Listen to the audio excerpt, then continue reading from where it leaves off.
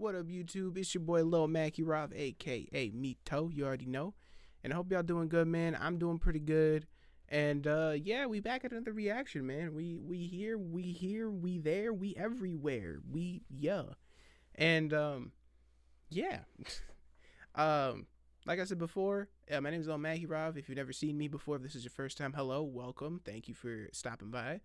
I react to shit. I react to videos I find interesting, usually something to do with music or video games and stuff like that. Maybe just whatever I find interesting, pretty much. Just whatever I find interesting at the moment, but they do tend to lean in the music or gaming areas.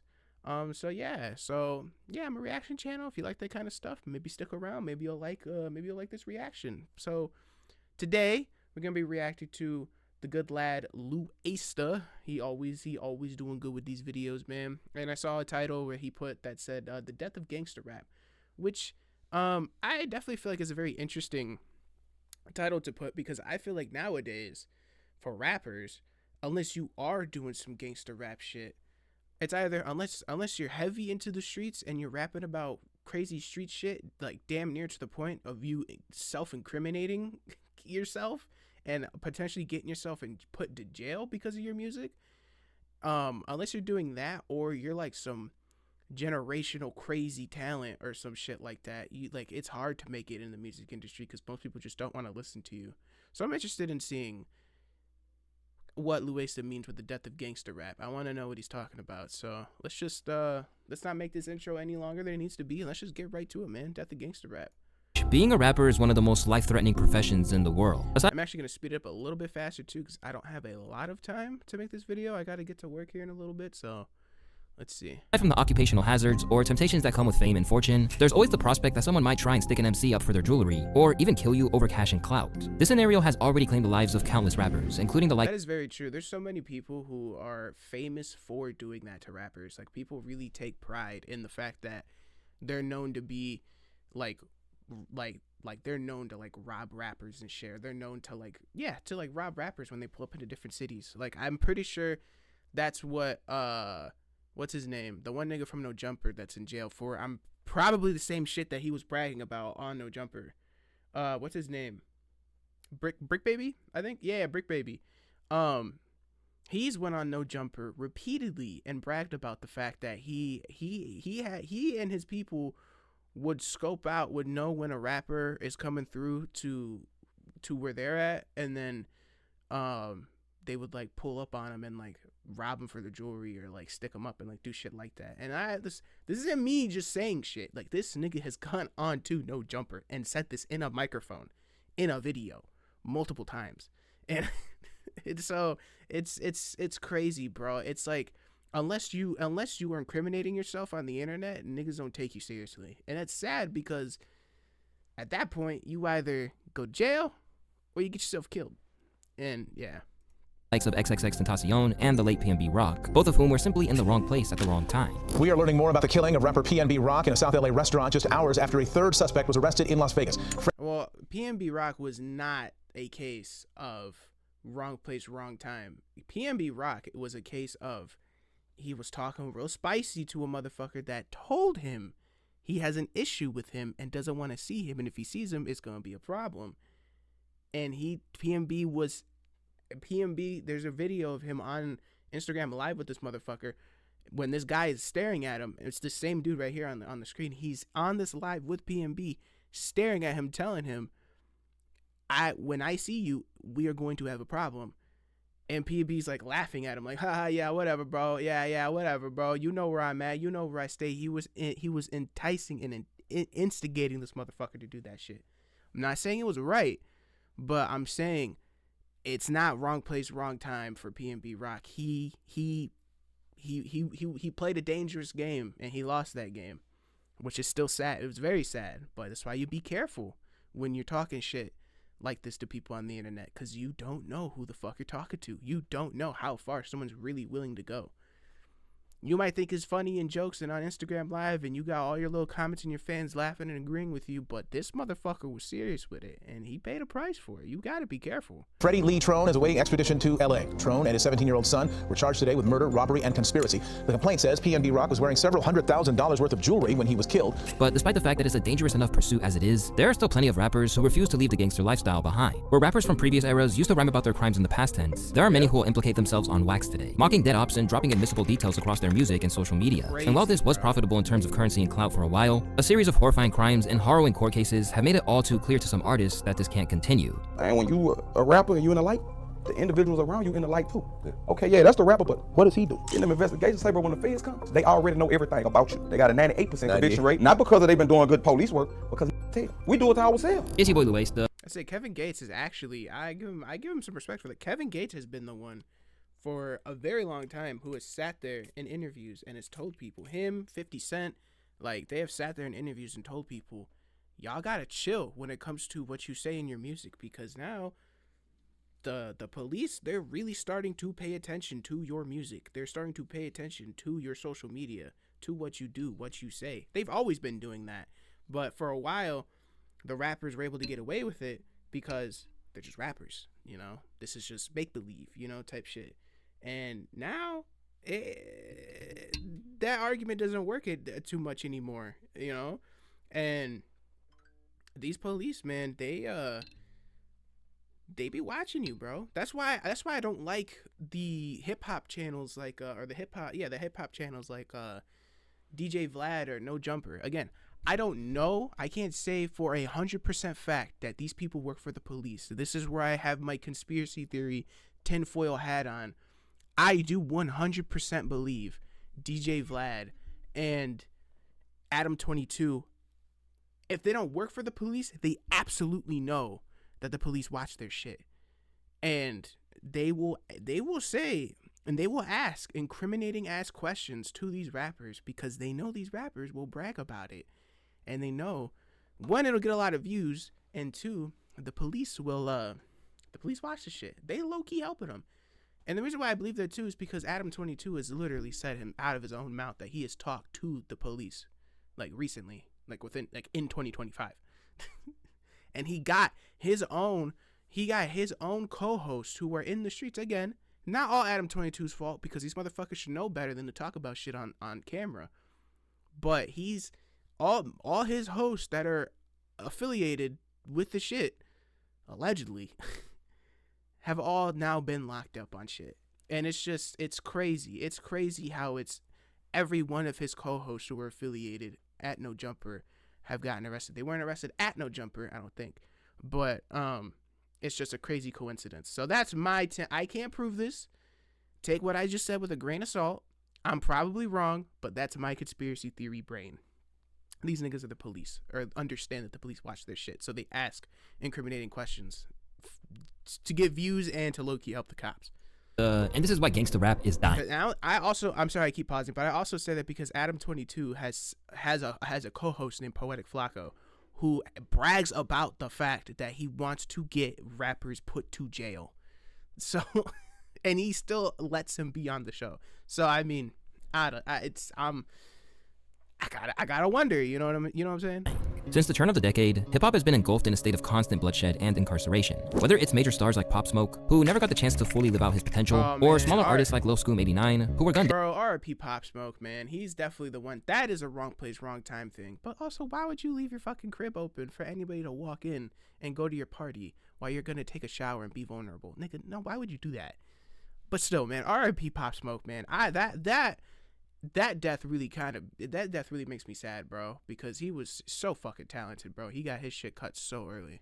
Down before they could blow up. There's war on the streets that is imprisoning and eradicating not only too many young men from the inner cities, but rappers as well. And recently, things feel like they've been coming to a head. From young Scooter dying while trying to flee from the police, to artists like Bloodhound Lil Jeff being killed in cold blood after terrorizing his foes, it's reached a point where rappers are somewhere between 5 to 32 times more likely to pass on than other performers. Plus, you don't need data to know that you see more stories of rappers getting locked up than musicians of any other genre. As where A$AP Rocky narrowly avoided a jail sentence recently, other stars such as NBA Youngboy, who got jammed up on gun charges, haven't been so lucky, after already spending years on house arrest and prevented from progressing his career. Along the way, he even got involved in a drug ring where he was impersonating women to score some prescription pills. So this is Bro, part, really a smaller cog in the bigger wheel of ultimately seeking justice against Mr. Golden. A Louisiana rapper living under house arrest in Utah found himself in even bigger trouble when it was announced he was charged with being the leader of a prescription drug fraud ring. Despite the clear ill effects of how gangsta rap has been mutated since the days where NWA labeled themselves street reporters, it still remains one of the most lucrative subgenres in the art form. Because just as viewers love to root for the bad guys in movies, hip-hop seems to give some suburban kids a chance to act out their own gangster fantasies through their favorite artists. But the problem is that Scarface, Goodfellas, and Casino aren't just movies. In hip-hop, we're not talking about any characters. We're talking about real lives getting cut short way too young or wasted away behind bars. And now, the intensity in which these incidents keep cropping up makes it clear that this can't be sustained. I would say, well, granted, also, all those movies, like The Godfather and all those fucking movies, they are based on real people who do this shit. So, I mean, it's just actors who play them, yes. So they are definitely dramatized, but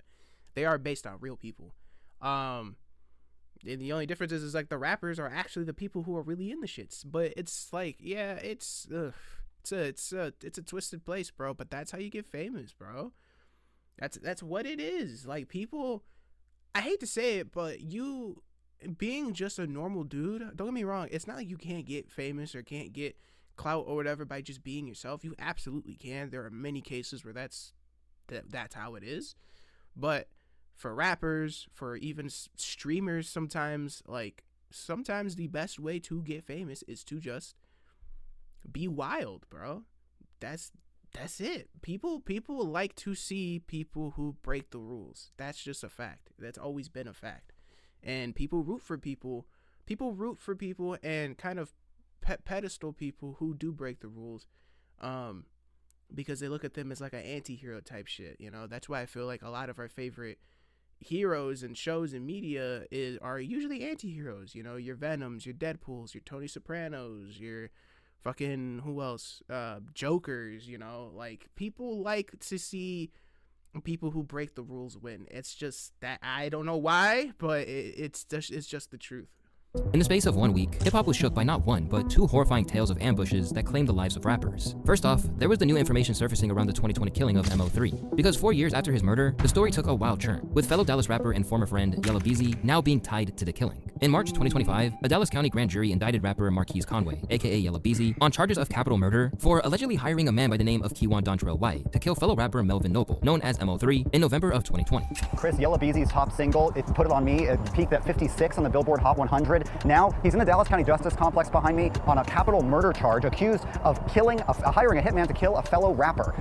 This all happened back in 2020. And just before noon, in the middle of Interstate 35, just south of the Dallas Zoo, Dallas police arrested a 22-year-old and charged him with murder. Initially, that 22-year-old's in federal prison, convicted of gun charges, but now, 5 years later, they say he was the trigger man. After being taken into custody, the court reduced his bond from $2 million to $750,000, which came after his grandmother claimed he couldn't afford what was initially being asked for. But even if he manages to make bond, he'll have to give up his passport and stay on house arrest with an ankle monitor strapped to him. Then, about 400 miles away in Memphis, hip-hop was hit with more bad news. A local rapper connected to Man, this shit's a sickness, bro. These motherfuckers are in their early to mid-20s getting crazy sentences, bro. And crazy bonds. Dude, this shit is bad, bro. This shit is bad. This shit is bad, bro. Why do you think rappers back in the day that were really with this shit, they don't talk about it like this, bro? Because you're gonna get caught. You gotta get caught or you get killed, bro. This shit is not good.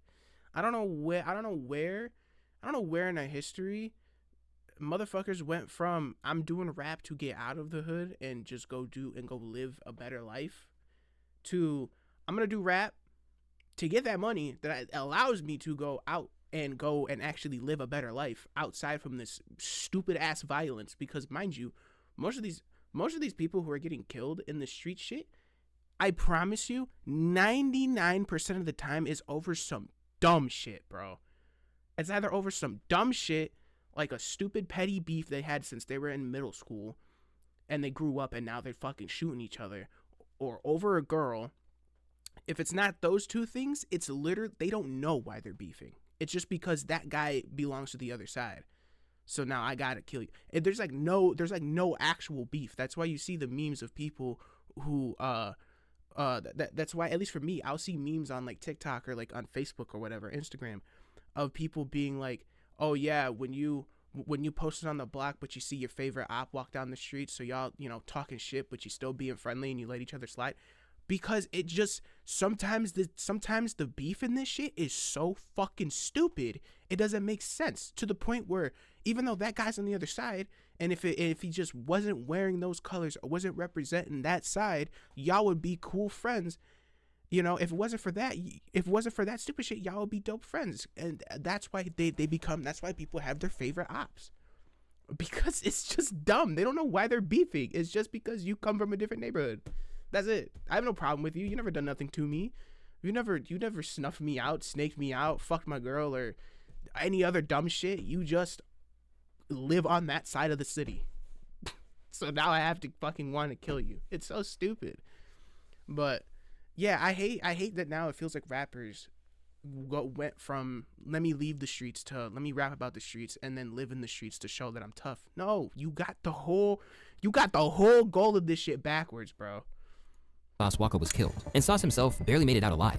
On March 22nd, Sayso P, lesser known as Latorian Hunt, was ambushed near the FedEx Forum in a murder that rocked the city. According to Memphis PD, the victims were outside by a vehicle. The suspect vehicle pulled up. Multiple people got out that vehicle, fired shots without engaging in any conversation, then got back into the white vehicle and fled. This appears to be an isolated incident, not random violence. They said in an attempt to prevent public outcry. Officers have identified the suspect vehicle and are actively working to make an arrest. In addition, video has shown that a mere 24 hours before the altercation went down, Sayso, Sauce Walker, and YTB Fat were not only partying in downtown Memphis, but they were also bragging about being in the city's most treacherous areas. Even though Sauce Walker walked away with his life, he's now mourning a close friend, and for a lot of fans, this felt like the final wake-up call for a rapper who's been dancing with danger for years. Yeah. Since getting shot in the leg, Sauce Walker has made occasional appearances in the public eye. In the most notable appearance as of yet, he claimed that he wouldn't be seeking any get back over what happened to Sayso P. You understand the power that you hold, where you can have right now a lot of chaos going on. But I like how you're turning into something else. Yeah, okay. If I wanted to, I could have motherfucking 400-500 different men, good men down here from different cities and states, including mine, around here ready to do whatever by snapping my finger in retaliation to what happened to me and my little brother. But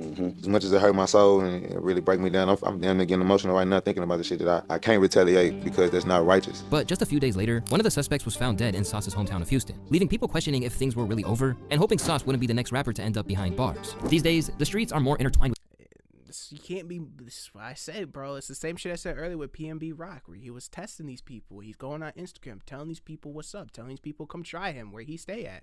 If you were involved in this shit, it is so dumb to post, hey, we over here, bro. We on fucking 55th and fucking High Crest or whatever. Pull up, you know, like, and then be surprised when a nigga pulls up. Like, what are you doing? Like, it's these fucking phones, bro. It's these fucking phones. Y'all gotta stop trying to do shit for clout. This shit, especially when you're a rapper in this type of caliber, every one of your moves are being watched by not only the police, but by the people who don't like you. It's, bruh, this social media is really fucked shit up, bro. with hip-hop than ever, and obviously something isn't working.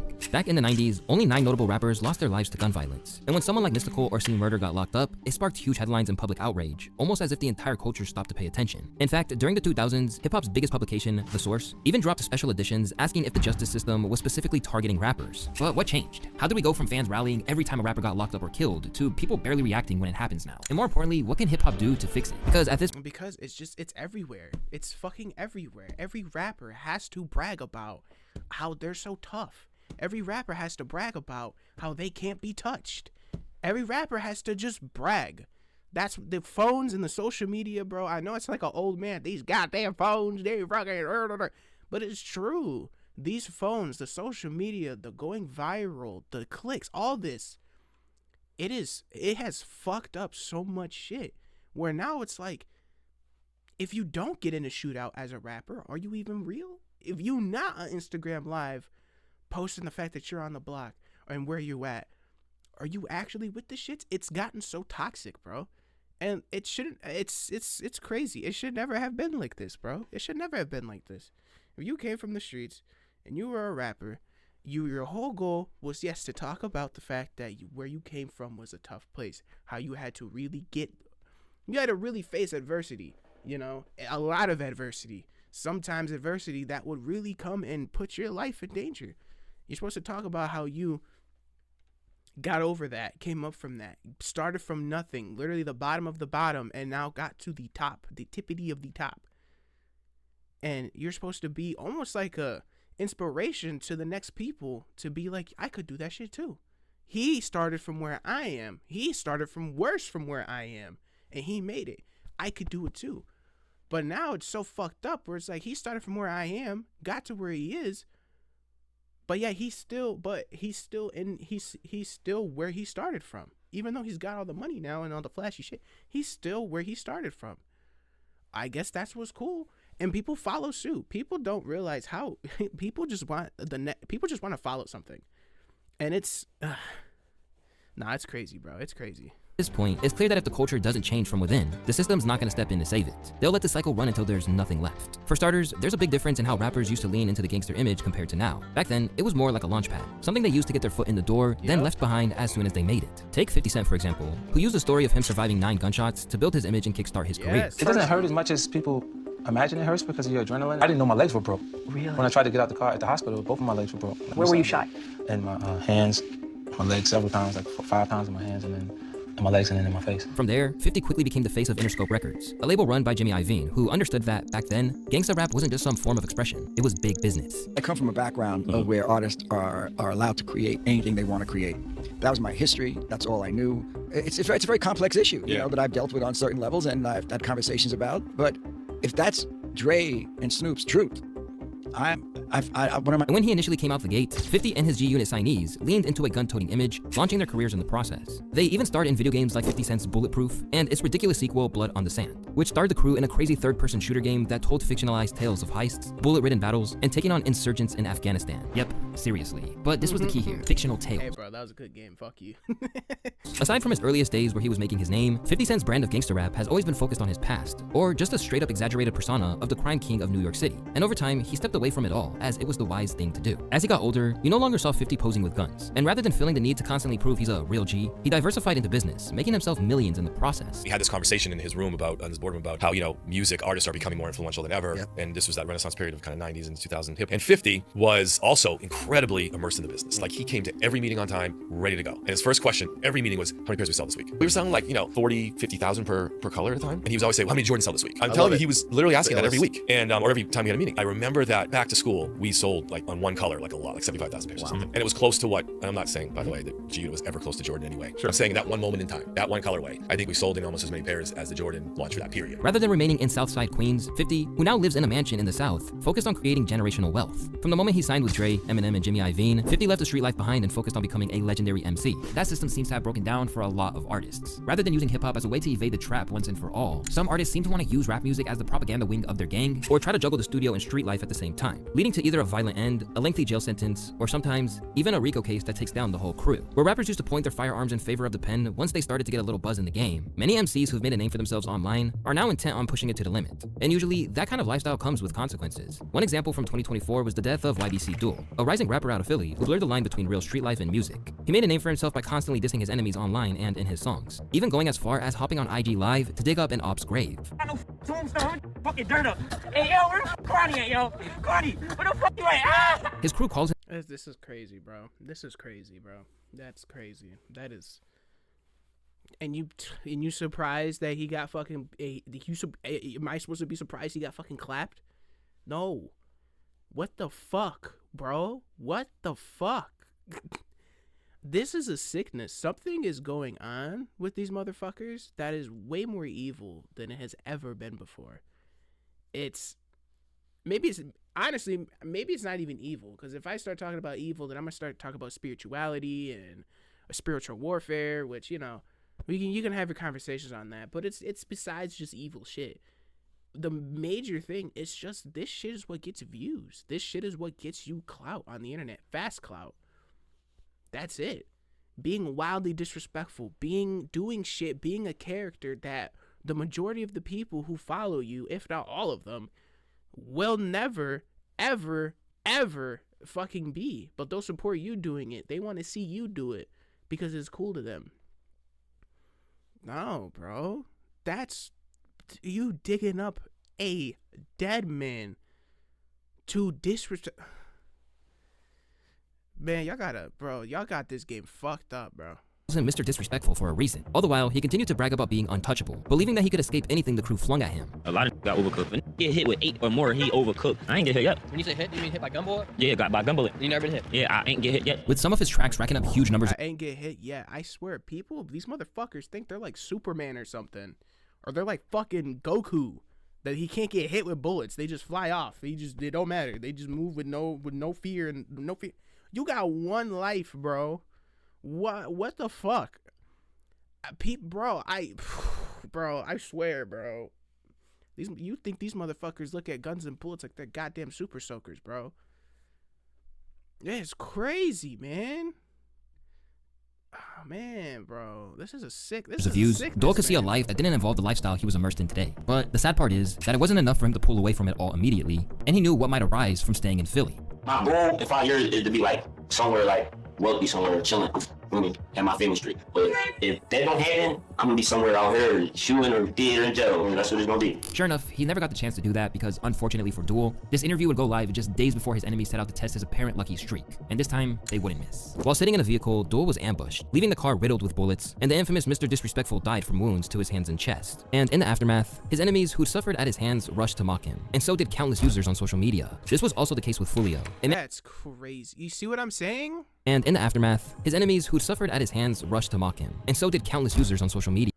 This aged slowly. Look at him now. This shit's sad, man. But okay, well, they're not really like, they're not really flexing on him. They're just like, damn, this is fucked up. But you see what I'm saying? They do this for people on the internet who have no faces. They don't care for you. This is a video game to them. Why? Why would you do this shit, bro? And if you are gonna do this shit, why do this so braggadociously, bro? Handle your business and go home. Like, that's what it's supposed to be about. Not let me pull up on somebody and then record it and then show them what street I'm on and then talk about in a fucking interview where I'm walking around the goddamn city how I ain't been touched before. Ain't nobody ever touched me. You just asking for it at that point. It's almost like you wanna get fucking murked, bro. What the fuck?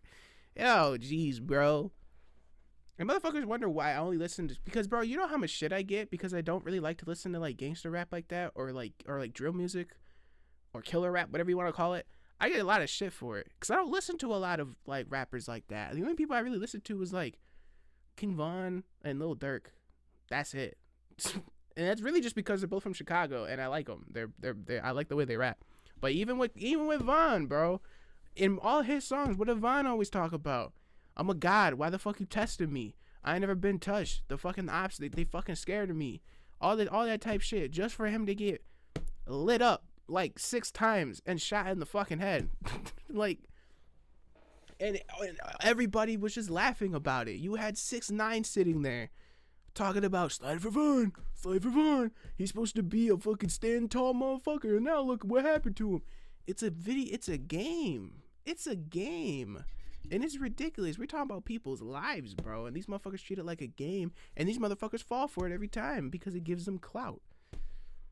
It's sad, bro. It's sad. And it's sad that it keeps going. It's sad that, it's sad, bro. It's sad that it almost feels like people like King Von or Fulio or Dirk or Youngboy, these are the people that these fucking kids want to look up to, and not someone like 50 Cent, who also came from the same shit that they're from, but actually got out the way and like built some real shit for himself and his family, completely away from that bullshit. It's crazy.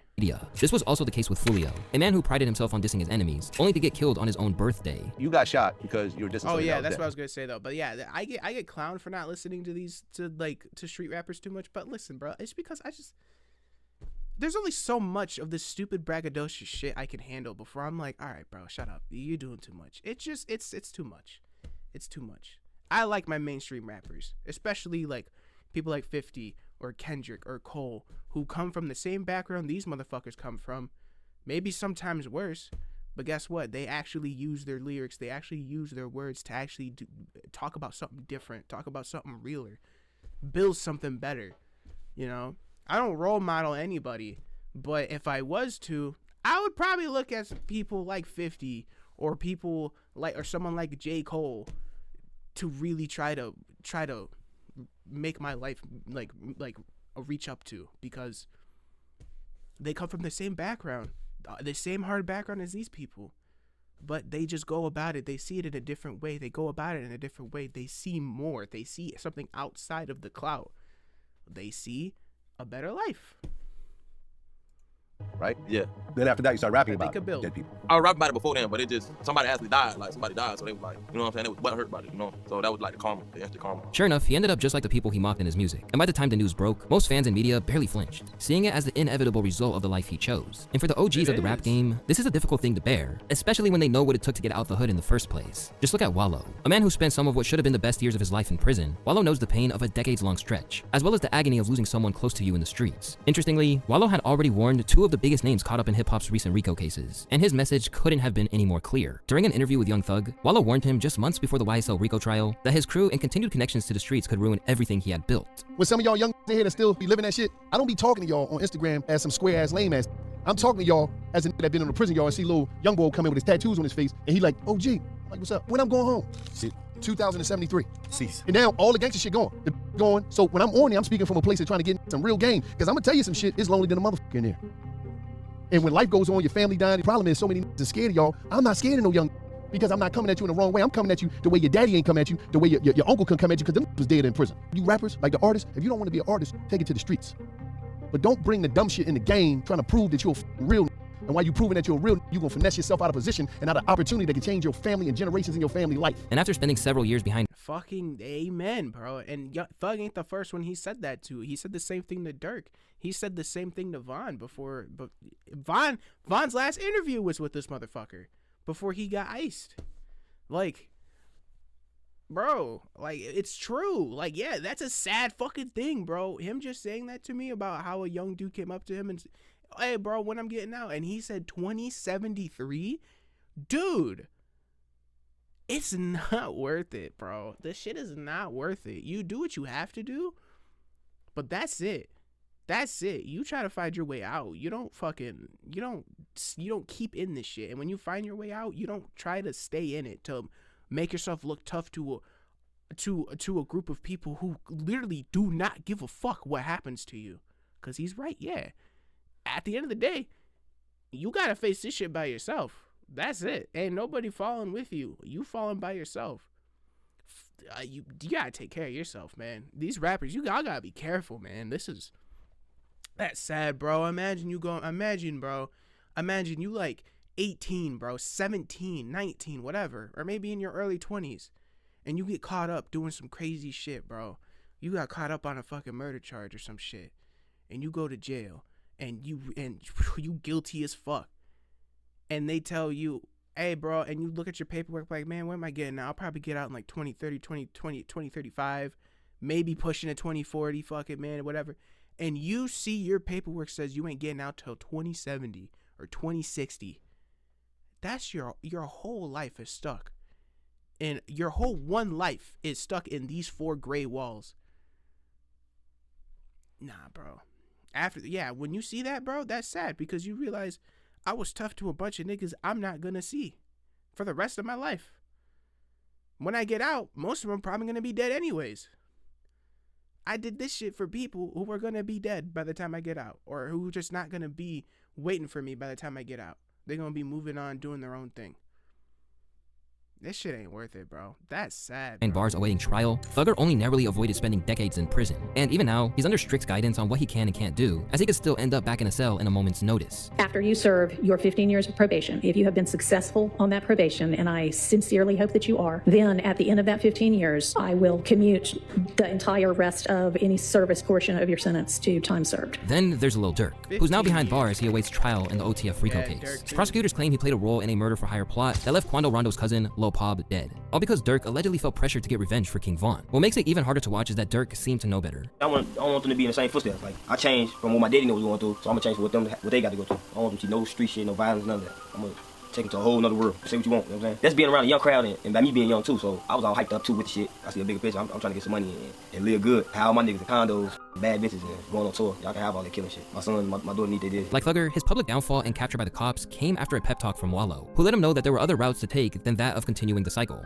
Gotta be down the block, gotta be going through with the ops. You know what I'm saying? That shit save the block. And I'm gonna say this to all you while I'm in here. I understand where you at and I understand the ground game. But the name of the game is to put an exit plan together somewhere down there. Right. Because at the end of the day, I'm gonna just be real with you. You can't teach what you don't know. You can't lead where you ain't go. As Wallow got emotional, he talked about the power of restraint. Even when your mind is clouded by revenge and everything around you is pushing you to throw it all away. And not what the you going through, so just hold on and keep going. Because I'm telling you, man, I can name 20, 30 years of my homies is dead. I'm here though. And I'm gonna say some shit that, like, this is documented. You know, I got a TED talk. I forgave my brother's killer. And I'm saying it to say this. They killed my brother. My brother died in my grandma's arms. In that house that we grew up in. They shot my brother, he ran to the house. He died in Nanny Hall when she opened the door. So I'm telling you, there's some real shit, man.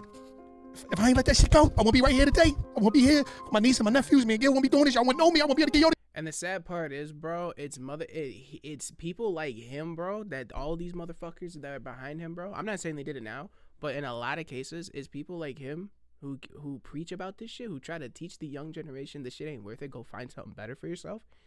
After he goes on this whole emotional speech, those same young niggas that'll turn around and be like, what you crying for, bro? What you getting so emotional for, bro? It ain't that big of a deal. They clown his ass for shit like this. Or people who speak like this.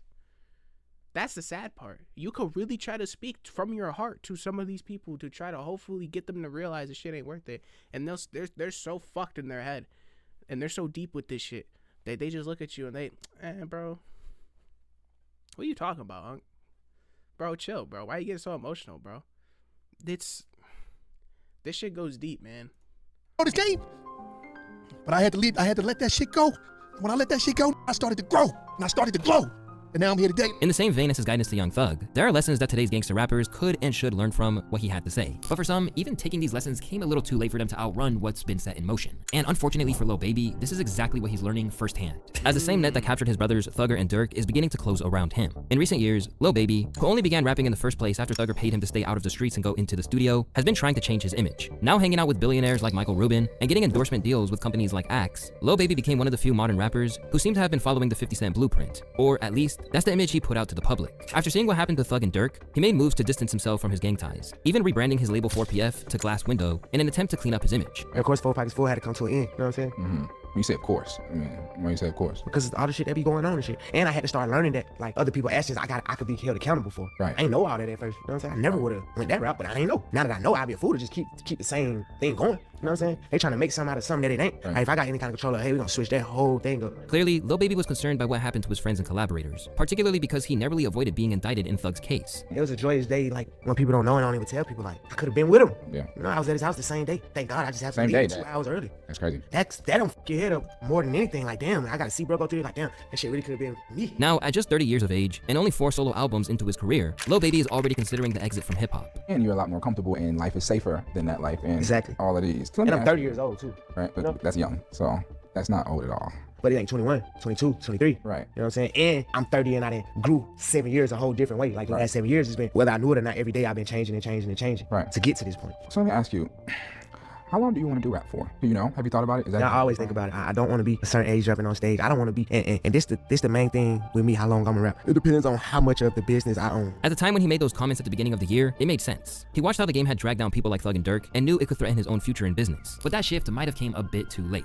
as now he's at the center of a major investigation that could lead to RICO charges. It all traces back to an alleged beef between 4PF and a rival crew known as the Goodfellas or OMF. Things reportedly kicked off in May 2024 when Lil Baby shot a music video in their territory. That same day, 3 men were shot, and according to police, the violence didn't stop there. Authorities claim that incident directly sparked the July 2nd, 2024 shooting that killed 2 13-year-old boys, Lamont Freeman and Jacody Davis, who were at a birthday party. A third boy, Dontavius Davis, was also injured. At the time, police blamed the murders on an unnamed rapper, but now it's pretty clear who they got in their sights. Cowardly acts of an Atlanta-based rapper that decided to go over into a rival gang stronghold and shoot a music video in a place that he knew he should not have been. And in the subsequent days, we saw homicides and shootings, and ultimately the deaths of 2 children as a result of his cowardly actions, and you know who you are. And I tell you that this team will work relentlessly to hold you and the persons that you are affiliated with responsible for those actions. An APD detective who asked us not to show her face because she's involved in undercover investigations took the stand for more than 2 hours. She testified that investigators used social media posts and wiretaps to determine that the 7 defendants are members or associates of the Goodfellas criminal street gang. Police say the shooting stemmed from a gang war sparked by rapper Lil Baby, who they claim is affiliated with the rival criminal street gang 4PF. Last May, police say the hip-hop superstar filmed a music video in their territory and multiple people were shot, which investigators say sparked a gang war.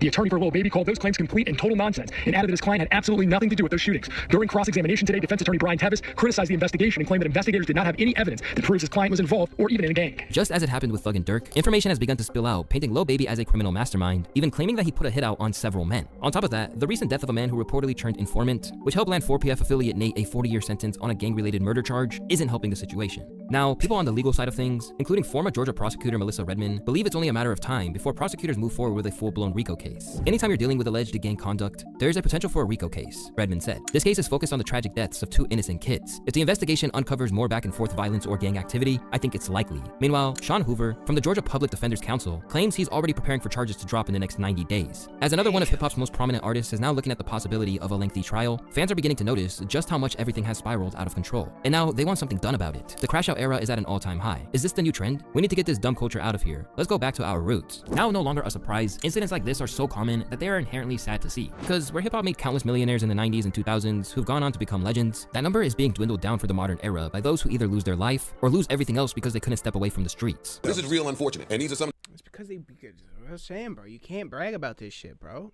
Like, if you do shit because you have to, you do shit because that's you have to, but you don't brag about it. You don't enjoy the shit. You don't fucking make your entire career about what you're involved in. It's so stupid. And that should not be your goal. Your goal should be to leave this shit and go build something much better that you could never imagine. But we got the game fucked up because and you know what's sad, bro? It's sad that now you got people that sit here. Where is it?